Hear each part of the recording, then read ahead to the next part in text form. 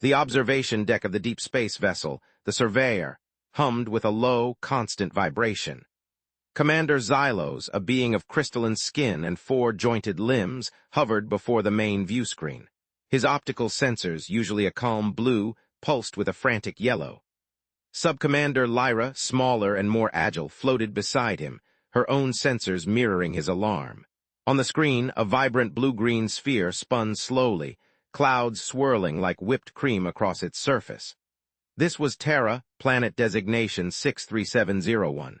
Its official classification, now finalized after a frantic 48 cycles of data processing, was Class 12 Deathworld, uninhabitable for any known sentient species. Yet the current live feed defied all logic. "Commander, the data is stable," Lyra stated, her voice a series of precise clicks and whistles, her vocalizers struggling to process the impossible. "Atmospheric pressure fluctuations are extreme. Tectonic activity is constant. Hydrographic cycles involve violent phase transitions, resulting in colossal liquid displacement events. The biodiversity index is off the charts, with apex predators on every continental landmass. Flora produces neurotoxins at rates that would incapacitate a heavy world bioform." Xylos extended a lower limb, tapping a control panel. The main view screen zoomed in. A human, a bipedal carbon-based life form, hung suspended by a single rope on a sheer rock face. Below him, the jagged peaks of a mountain range disappeared into a haze of white mist. Above, a storm, a true meteorological horror, was gathering. Lightning flashed in the distance, illuminating the dark clouds. The human was laughing, a sound that ripped through the ship's quiet, a joyous, unrestrained outburst that made Xylos's internal regulators spike. "Analyze that sound," Xylos commanded, his voice a strained rasp. "Is it a distress signal, a pain response?" Lyra's optical sensors narrowed. "Negative, Commander. Data indicates high levels of endorphin analogs. Subject appears to be experiencing pleasure." The human on the screen pulled himself up, his muscles straining, and then with a final heave he reached a small ledge. He secured his ropes, pulled out a small, metallic flask, and took a long drink. The storm moved closer, the wind whipping his loose hair. He looked up at the turbulent sky, a wide, challenging grin on his face. "This is illogical," Xylos murmured, his crystal skin shifting from its usual calm blue to a troubled violet. "Our scout probe, designation Gamma 9, reported immediate structural failure and environmental breakdown upon entry into the lower atmosphere. The probe was designed to withstand a Class 9 environment. The initial contact, or rather the initial misunderstanding, had been swift and brutal, at least from the alien perspective. 6 cycles prior, Gamma 9 had been deployed. Its mission was a routine atmospheric sampling. It was a sophisticated piece of equipment built for harsh environments. It entered what it calculated was a stable atmospheric pocket, high over a dense forest biome. What it encountered instead was a sudden, violent updraft, an anomaly generated by a rapid temperature drop and moisture condensation. To Gamma 9 sensors, this was a spontaneous, localized atmospheric collapse. Then, a massive, multi-limbed creature, later identified as a tree, struck the probe. The impact was recorded as a high-velocity projectile strike from indigenous megaflora. The probe, damaged, began its emergency descent. Its final images were of smaller bipedal creatures, the humans, approaching it with what were interpreted as crude, percussive tools, which were, in fact, axes and saws. The humans were clearing a path. The probe, malfunctioning, detected a massive heat signature approaching. It was a fire engine, responding to a small brush fire started by the probe's impact. The probe, its systems failing, interpreted this as a hostile, fire-wielding, armored indigenous unit. Its last transmission was a final, desperate alert. Extreme hostility detected. Indigenous population possesses advanced offensive capabilities and displays reckless disregard for personal safety. That report had been enough to classify Terra as a Class 12 Deathworld. Uninhabitable. Fatal, a new image filled a smaller display to the left of the main screen.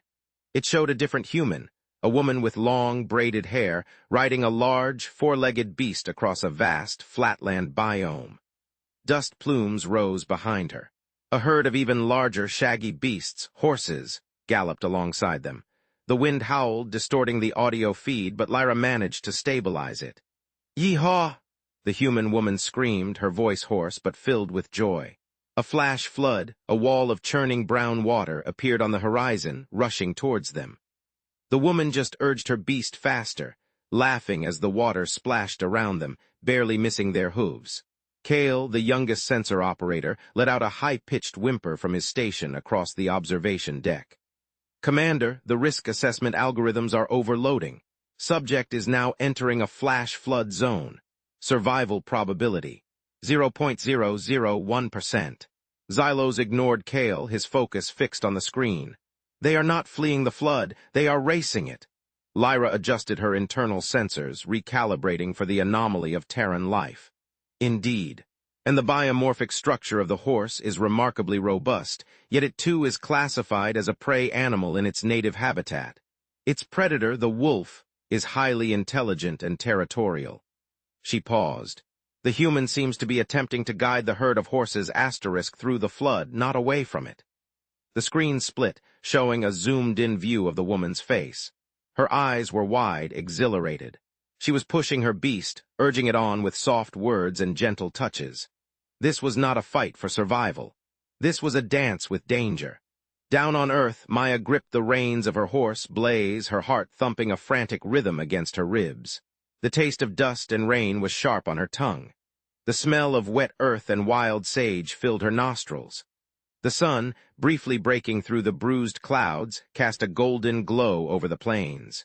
The rain had been building for days, and now the washes were raging. She was helping her uncle move his herd of wild mustangs to higher ground. It was a race against the clock, a wild, exhilarating chase with a wall of water. Blaze, a sturdy mare with a wild spirit, snorted, her ears flattened against her head, but she kept pace with the other horses, her powerful legs churning through the rising water. "Come on, girl," Maya whispered, patting Blaze's neck. "Just a little further." A sudden gust of wind, stronger than any before, nearly unseated her. It felt like an invisible hand pushing against her. The air grew cold, carrying the sharp scent of ozone. She shivered but kept her eyes on the lead mare of the herd, pushing her forward. This was life. This was freedom. Back on the Surveyor, Lyra accessed a subroutine that cross-referenced environmental data with human activity. Commander, the human known as Maya, the Rider, regularly engages in activities that our protocols classify as extreme self-termination behaviors. Data logs show her previously navigating aerial currents using rudimentary gliders, scaling vertical rock faces with minimal safety equipment, and deliberately submerging herself in highly oxygenated liquid environments for extended periods. Xylos felt a strange, unfamiliar sensation, a sort of internal tremor. It was not fear, it was profound bewilderment. "Explain rudimentary gliders." Lyra brought up another video feed. It showed Maya, strapped into a harness, launching herself off a cliff edge. A massive fabric wing, colorful and seemingly fragile, caught the wind. She soared, a tiny speck against the vast blue sky. Below her the land stretched out, mountains and valleys. Her laughter echoed, carried on the wind, clear and vibrant. She performed aerial maneuvers that defied physics, or at least, the physics as understood by Xylos' species. The wind, which would rip the wings off any of their atmospheric craft, seemed to be her playmate. "These humans," Xylos stated slowly, his voice almost a whisper, "they actively seek out the very conditions we define as fatal." Lyra's sensors flared. "Not only seek out, Commander, they appear to derive pleasure from overcoming them. Their physiology is surprisingly resilient, but it is not invulnerable. Their skeletal structures are fragile, their skin easily abraded, yet they expose themselves to these risks continually." Kale, still pale green from the flash flood observation, hesitantly spoke. "The data from the coastal biomes is even more baffling, Commander.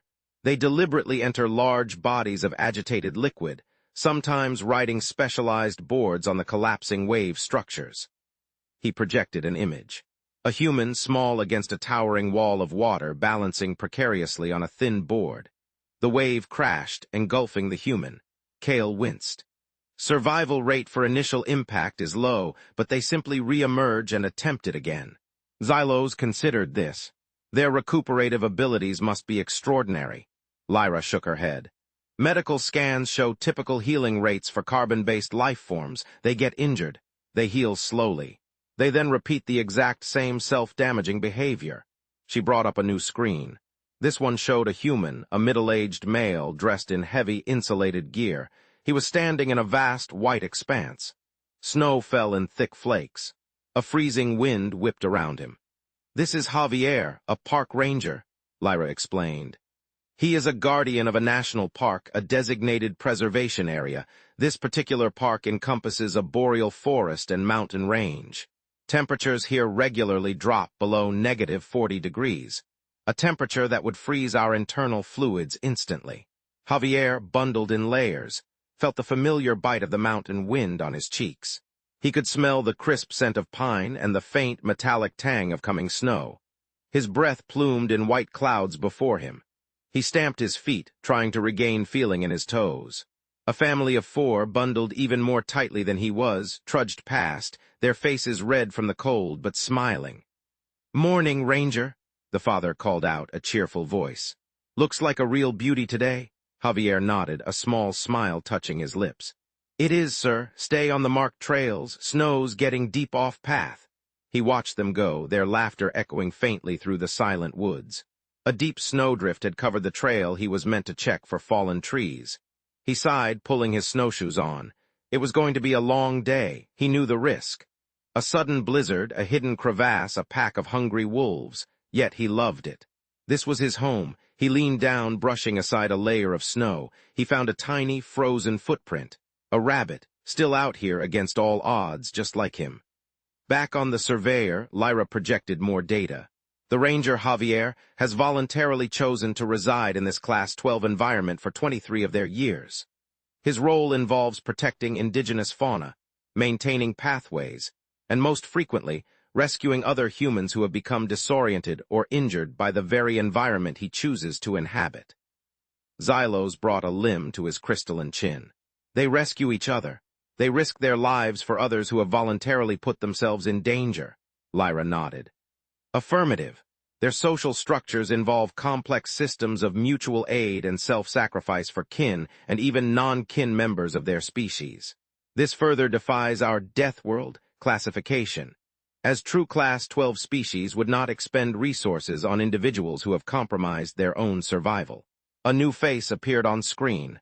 Dr. Eris Thorne, a woman with keen, intelligent eyes, was kneeling in a field of bizarre, phosphorescent plants. She wore thick gloves and a respirator mask. The air shimmered around her, thick with strange pollen. "This is Dr. Eris Thorne, a botanist," Lyra explained. "She studies the indigenous flora. This specific field is classified as a toxic hot zone due to the airborne neurotoxins released by these plants. Her species is highly susceptible to these toxins, yet she voluntarily exposes herself, albeit with protective gear, to study them." Dr. Thorne carefully collected a sample, her movements precise. She hummed a little tune to herself, a soft, melodic sound. She breathed in deeply, the filtered air tasting faintly of earth and chemicals. The plants glowed with an otherworldly light, a beautiful, deadly display. A small, six-legged insect, brilliantly colored, landed on her gloved hand. She observed it for a moment, then gently blew it away. She was not afraid, she was fascinated. "These humans," Cale began, his voice still shaky. "They are. Resilient, yes, but their methods are so inefficient. Why build a shelter on a fault line? Why farm in a flood plain? Why live on a planet with so many active volcanoes?" Xylos turned slowly to face Cale. "Cale, you are failing to grasp the fundamental anomaly. They do not merely survive these conditions. They integrate them into their culture. They celebrate them. They call these places home." Lyra added, "Their extreme sports are not random acts of self-harm. They are highly organized events, with established rules, training regimens, and often an audience of other humans who pay to observe the participants. It is a form of entertainment." The debate intensified on the surveyor. Xylos received a priority communication from the Galactic Classification Council. Elder Cathar's image, a shimmering green hologram, appeared before him. "Commander Xylos, your preliminary report on Terra. The Class 12 designation. It is causing..." Unease. Are your findings absolute? Our protocols dictate immediate quarantine for Class 12 worlds. Yet the data concerning the indigenous species, these humans, is contradictory. Xylos straightened, his internal processors whirring. Elder Cathar, my sensors are calibrated, my analysis protocols followed to the letter. The planet Terra is * a Class 12 Deathworld. It exhibits extreme and constant environmental volatility. Its biosphere is teeming with life forms that would be instantly lethal to most carbon-based species. Its geological stability is negligible. However, the indigenous intelligent species, humanity, appears to possess an unprecedented and inexplicable capacity for survival, adaptation, and indeed, enjoyment of these conditions. Cathar's image flickered. Unprecedented. Commander, the history of galactic exploration includes species that thrive in volcanic vents or liquid ammonia seas, but never one that enjoys the conditions of a Class 12. Xylos projected the image of Maya scaling the mountain, her laughing face. They call this mountaineering. They do it for pleasure. They call the constant threat of a falling rock the thrill. Cathar's green skin darkened slightly. This is highly irregular. Reevaluate. Confirm the data. A Class 12 designation carries significant implications. A quarantine zone. A no-fly declaration. No first contact whatsoever. It is Protocol 7 Xylos. The disastrous results of the S-Star system's misclassification still echo through our records. Protocol 7. The thought sent a shiver through Xylos's crystalline form. A planet once designated Class 7 was later found to be Class 10. The subsequent accidental first contact led to a war that devastated an entire sector. Lyra, seeing Xylos's distress, interjected. Elder Cathar, with respect, perhaps our classification system is incomplete. Perhaps Terra is an outlier, a new subcategory. Our standard definitions of habitable and hostile may not apply to this species. Cathar's hologram seemed to narrow its eyes. Lyra, do not question established protocols. Just provide empirical data. If this species truly thrives on a Deathworld, their very existence defies our understanding of intelligent life. The connection cut out, leaving Xylos in a contemplative silence. Lyra, Xylos finally said, initiate a deep scan. Focus on microenvironmental adaptations. Analyze their neurochemical responses to stress. I want to understand how they can experience pleasure from conditions that should induce immediate fight-or-flight protocols. Lyra nodded, already moving to her console. And Commander, with your permission, I'd like to initiate a long-term behavioral study on 3 specific subjects. Maya, the mountaineer glider, Javier, the ranger, and Dr. Aris Thorne, the botanist. Their interactions with their environment are particularly illuminating. Xylos considered this. Agreed, but no direct interaction.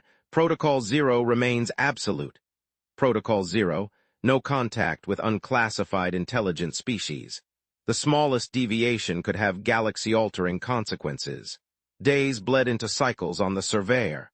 The observations continued, deepening the aliens' confusion.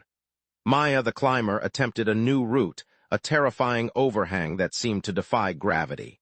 The rock crumbled beneath her fingers at one point, sending a shower of loose stones into the void below. Xylos's internal alarms blared. She is falling. Initiate rescue protocol. Lyra quickly intervened. Negative, Commander. She secured a secondary anchor. Her movements are now more deliberate. She appears to be analyzing the weakness in the rock face. Maya, suspended by a single rope, her breath coming in ragged gasps, calmly retrieved a small tool from her belt. She tested the rock, found a stronger hold, and began to ascend again. The incident, which would have terrified any other species into retreat, seemed to galvanize her. She reached the top of the overhang, her face grimed with dirt, a triumphant shout tearing from her throat.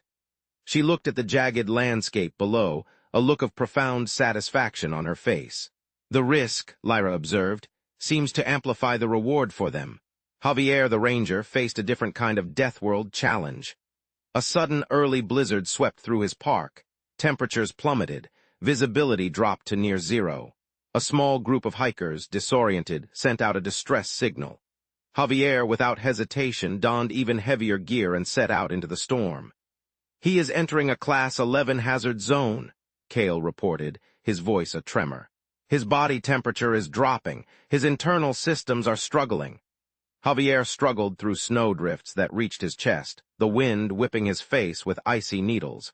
He could barely see, but he followed the faint signals from the lost hikers, his focus absolute. He slipped on a patch of ice, tumbling down a small incline, his shoulder screaming in protest. He lay there for a moment, the cold seeping into his bones. He could smell the sharp, clean scent of the snow, hear the howl of the wind, the crunch of his own breath. He saw a small, half-frozen bird huddled under a rock. He pushed himself up, gritting his teeth. "Come on, old man," he muttered to himself. "People are counting on you." He found the hikers, shivering and huddled together, barely conscious. He built a temporary shelter, started a fire, and administered first aid. He stayed with them through the night, sharing his meager rations, telling them stories to keep their spirits up. In the morning, as the storm broke, rescue teams arrived. Javier, exhausted, his body aching, simply smiled. The alien sensors registered an overwhelming surge of oxytocin and dopamine in his system, not from his own survival, but from the successful rescue of others. Dr. Aris Thorne made a startling discovery in the toxic hot zone, a new mutation of the phosphorescent plant. It glowed with an even more intense light, and its airborne toxins were more potent. But nestled within its bioluminescence, she detected a faint, rhythmic pulse, unlike anything she'd ever encountered. It wasn't organic, it was artificial. She brought a specialized sensor array to the site, carefully setting it up. The device hummed, its readings baffling. A consistent, low-frequency electromagnetic emission originating from deep within the Earth, amplified by the mutated plant. It was too regular to be natural. It was almost like a signal. She frowned, her eyes narrowed in concentration. She tasted the dust-laden air through her respirator, a strange, almost metallic flavor. She felt a subtle vibration beneath her feet. She recorded her findings, her mind buzzing with questions. This wasn't just a plant mutation. This was something else. She had no idea how close she was to the truth of an alien probe's buried remnants, slowly decaying, subtly influencing the local flora. On the surveyor, Lyra observed Dr. Thorne's data. "Commander, the botanist has detected an anomalous energy signature. It is consistent with the residual energy fluctuations of a decaying Gamma-9 probe." Xylos's optical sensors flared. She found Gamma-9? How? It was buried deep. Its emissions were minimal. Lyra adjusted her view. Her species possesses an extraordinary ability to detect subtle environmental anomalies. Their science, while rudimentary by our standards, is remarkably adaptable and intuitive. She has not identified it as alien technology, but she has correctly identified it as artificial and anomalous. Xylos stared at the screen, at the small human woman meticulously analyzing the glowing plant. "This changes things," he stated, his voice low. "She is closer to direct contact than any human has ever been." The council communication arrived again. Elder Cathar's voice was sharper this time. "Commander Xylos, the re-evaluation. Are you prepared to confirm the Class 12 designation? We have other exploratory missions awaiting your ship's return. This planet is a bottleneck." Xylos paused. He looked at Lyra, who gave a subtle, encouraging nod. He looked at the main screen, showing a montage of humanity. Building cities on active fault lines, cultivating crops in flood plains, racing vehicles across deserts, scaling icy peaks, creating art from volcanoes' ash, laughing in the face of tornadoes. He thought of Maya's triumphant shout, Javier's quiet strength, Dr. Thorne's focused curiosity. He thought of the sound of human laughter. "Elder Cathar," Xylos began, his voice resonating with a newfound conviction, "the planet Terra remains, by all our current metrics, a Class 12 Deathworld.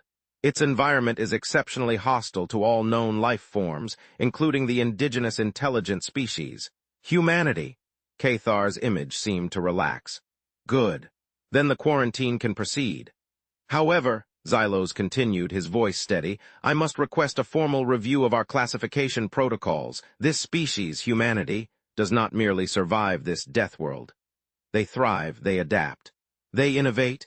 They find joy and meaning in overcoming the very challenges that define its lethality. They are not victims of their environment, they are partners with it. They are, in fact, an anomaly of galactic proportions." Cathar's image stiffened. An anomaly? Commander, this sounds like a subjective assessment. We require objective data. Lyra stepped forward, her smaller form radiating determination. Elder Cathar, the data is overwhelming. We have observed instances of mutual aid, compassion, sacrifice, and complex social structures beyond what any Class 12 species should exhibit. Their ability to not only adapt, but to manipulate their environment for their own comfort and survival, despite its extreme nature, suggests a level of intelligence and resilience that our current classification system cannot account for. Their technology, while primitive, demonstrates an astonishing capacity for problem-solving. For example, their development of fire to convert biomass into energy, allowing them to warm themselves in sub-zero temperatures, or their creation of shelters that can withstand extreme weather events. These are not the behaviors of a species merely surviving. These are the behaviors of a species mastering its environment. Cathar's image pulsed with irritation. You propose we redefine Deathworld because one species chooses to live in one. Xylos felt a tremor of resolve. I propose we redefine our understanding of life itself, Elder. We classify planets based on their threat to our asterisk physiology. But what if the threat is the catalyst? What if the constant struggle, the daily confrontation with lethality, forges a species of unparalleled strength and adaptability? Humanity did not evolve in a benign environment. They evolved in constant struggle. They are the apex of adaptation. They are living proof that survival is not merely the avoidance of death, but the full embrace of life, even in its most dangerous forms. Cathar was silent for a long moment. The hum of the surveyor seemed to deepen. Then the elder's voice, surprisingly soft. This is a radical hypothesis, Commander. It challenges millennia of established galactic science. The universe is vast, Elder, Xylos countered, and it still holds surprises. Humanity is one such surprise. To simply quarantine them, to classify them as uninhabitable and turn away, would be to ignore a fundamental truth about sentience. They are a Class 12 Deathworld species, yes, but they are also something else entirely, something we do not yet have a classification for. Cathar's image faded, the connection terminated. Xylos felt an immense weight lift from his crystalline form. He looked at Lyra. That was bold, Sub-Commander. Lyra's optical sensors glowed with a faint, proud blue. Sometimes, Commander, logic must make way for wonder. Kale, who had been listening intently, finally spoke, his voice no longer trembling. So, we don't just leave them. We don't just put up a warning sign and go. Xylos turned back to the main view screen. Maya was teaching a small human child how to tie a climbing knot. Javier was helping an injured deer in the newly thawed spring. Dr. Thorne was laughing as she danced with a group of other humans around a bonfire, the light of the fire reflecting in her glasses, the air thick with the scent of burning wood and cooked food. The humans were celebrating something, a harvest, the turn of the season, another day on their death world. No, Kale, Xylos stated, his voice now calm and clear. We observe, we learn, and we begin to reevaluate everything we thought we knew about the universe. He activated a new subroutine on the main console. A holographic image of Terra glowed, no longer just a dangerous world, but a world of profound, baffling beauty. He watched Maya fall from a rock face, catching herself at the last moment, her scream a mix of fear and exhilaration. He saw Javier comfort a small child lost in the woods, his voice a low, reassuring rumble. He saw Dr. Thorne carefully extract a small, strange flower from a patch of highly toxic weeds, a look of profound wonder on her face. They were not merely surviving a death world. They were living in it. They were thriving. And they were, in their own inexplicable way, home. Xylos shifted his stance, a faint, almost imperceptible shimmer of curiosity emanating from his crystalline form. The deep space vessel, the Surveyor, would not be returning to its usual patrol route just yet. It would remain here, orbiting the baffling, beautiful, and utterly impossible Class 12 Deathworld they called Terra. It would continue its silent vigil, its sensors calibrated not just for danger, but for the profound mystery of humanity. The hum of the ship now felt different, not just a vibration of machinery, but a subtle thrum of anticipation. They were witnessing something truly unique. something that might in time change the very fabric of galactic understanding. And for the first time in his long, logical life, Commander Xylos felt a stirring of something akin to awe.